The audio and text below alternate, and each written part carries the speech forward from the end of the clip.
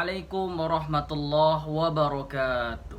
Alhamdulillahi wa kafa. Wassalatu wassalamu ala rasulillahi mustafa Sayyidina wa maulana Muhammad wa ala alihi wa sahbihi wa man tabi'ahu wa man wafa. Alhamdulillah, teman-teman yang insyaallah dimuliakan Allah subhanahu wa ta'ala, bersyukur kita kepada Allah dengan senantiasa mengucapkan alhamdulillahi rabbil alamin. Bersolawat kita kepada baginda agung Nabi Muhammad sallallahu alaihi wasallam dengan mengucapkan Allahumma sholli ala sayyidina Muhammad wa ala ali sayyidina Muhammad. Teman-teman hadirin wal hadirat yang insyaallah dimuliakan Allah subhanahu wa ta'ala, yang sama-sama kita hormati dosen pengampuh mata kuliah Balaghah Al-Quran Umi Yusnilma Eka Afri LCM Hum, teman-teman ilmu Al-Quran dan Tafsir kelas A semester 6, hadirin wal hadirat yang insyaallah dimuliakan Allah subhanahu wa ta'ala.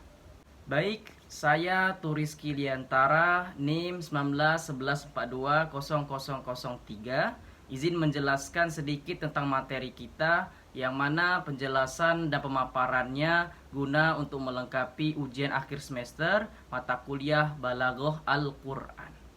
Baik teman-teman yang insyaallah dimuliakan Allah subhanahu wa ta'ala, mungkin beberapa waktu lalu teman-teman sudah mempelajari, mungkin juga sudah dipresentasikan oleh pengampu dari masing-masing materinya. Tentu kita sudah melihat di RPS kita materi-materi yang kita bahas pada mata kuliah Balaghah Al-Quran ini.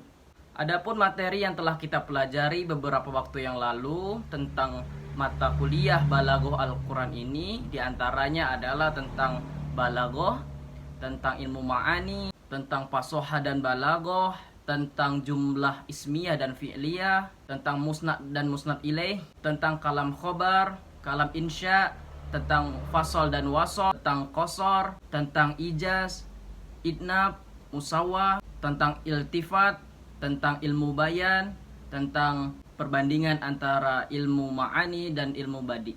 Baik, pada kesempatan kali ini izinkan saya menjelaskan mengenai dua materi yang telah kita pelajari, yakni tentang jumlah ismiyah dan jumlah fi'liyah. Akan tetapi terlebih dahulu teman-teman mungkin sudah memahami tentang pengertian daripada balaghah itu sendiri. Adapun secara bahasa, balaghah sendiri berarti al-wusul atau al-intiha, yang berarti sampai.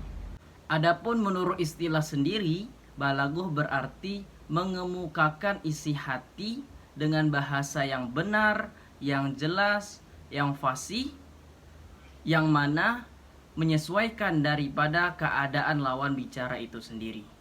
Jadi dapat dipahami bahwasanya balaghah sendiri bagaimana kita berbicara, bagaimana kita berbahasa dengan bahasa yang baik, yang benar, sesuai dengan ketentuannya. Maka di dalam ilmu balaghah sendiri tentu ada fasohah, yang mana kita perlu ada fasih dalam menyampaikan ataupun mengatakan suatu bahasa itu sendiri, sehingga terdengar benar, terdengar jelas, dan fasih di dalam mengungkapkan atau mengucapkan bahasa perkataan kalimah itu sendiri. Adapun di dalam ilmu balaghah sendiri ada juga ilmu yang mana itu melengkapi daripada ilmu balaghah itu sendiri. Ada di dalamnya ilmu ma'ani, ada ilmu bayan, ada ilmu badi.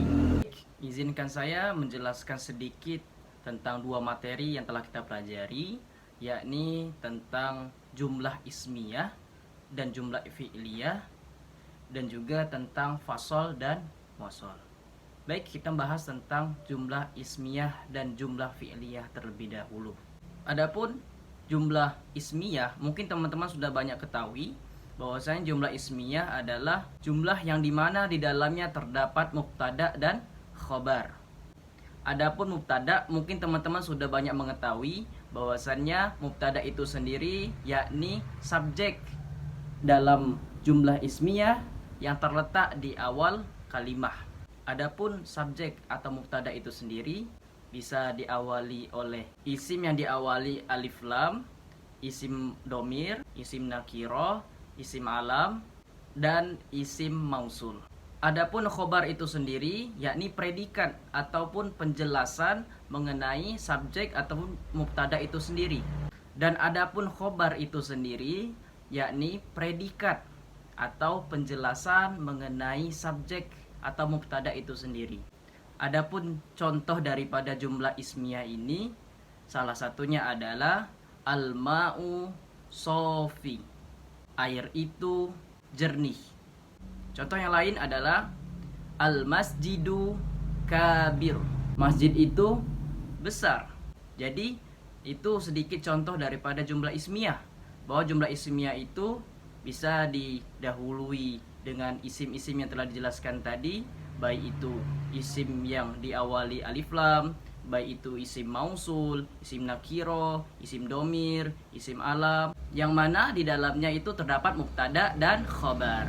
Baik, selanjutnya yakni tentang jumlah fi'liyah. Teman-teman mungkin sudah banyak yang mengetahui jumlah fi'liyah itu apa, yaitu jumlah fi'liyah adalah jumlah yang mana di dalamnya terdapat fi'il atau kata kerja beserta fa'il atau subjek atau pelakunya. Adapun fi'il daripada kata kerja itu baik itu fi'il madhi yang menjelaskan tentang masa lampau atau yang telah berlalu, atau fi'il mudhari, yaitu tentang kata kerja yang menjelaskan tentang pekerjaan, perbuatan yang sedang dilakukan atau yang akan dilakukan. Contoh daripada jumlah fi'liyah kita contohkan di fi'il madhi, diawali oleh fi'il madhi, yakni ja'a zaidun, telah datang. Siapa yang datang? Yaitu Zaid. Zaid sebagai fa'il. Selanjutnya kita contohkan daripada fi'il mudhari. Contohnya yajlisu zaidun, sedang atau akan duduk siapa? Zaid. Ya, yajlisu fi'il mudhari'nya sebagai kata kerjanya yakni sedang atau akan duduk, yang menjadi fa'ilnya yaitu si Zaid. Baik, itu sedikit penjelasan tentang jumlah ismiyah, jumlah fi'liyah. Selanjutnya kita akan membahas tentang fasol dan wasol. Baik, kita akan sedikit menjelaskan mengenai fasol dan wasol. Mungkin teman-teman sudah banyak mengetahui tentang fasol dan wasol itu sendiri. Adapun fasol itu adalah memutuskan, memotong, memisahkan. Sedangkan menurut istilah adalah menggabungkan antara dua kalimat tanpa menggunakan huruf athof. Kalau misalnya wasol perlu menggunakan huruf athof wawu, maka fasol tidak perlu untuk menggunakan huruf athof tersebut. Adapun wasol sendiri secara bahasa adalah menggabungkan, menghubungkan, ataupun secara istilah adalah menggabungkan dua kalimat menggunakan huruf athof.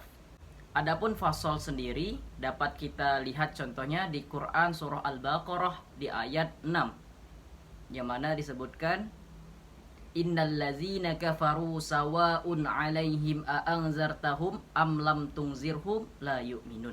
Maka di ayat tersebut terdapat aspek daripada fasol itu sendiri, yang mana menggabungkan dua kalimat tanpa menggunakan huruf athof. Baik, adapun wasol sendiri di dalam dia menggabungkan suatu kalimat ataupun dua kalimat dengan menggunakan huruf athof, dia harus ada mengandung selarasan makna atau mengandung makna yang saling bersinambungan. Contohnya yadhaku wa yabki, ia tertawa dan menangis.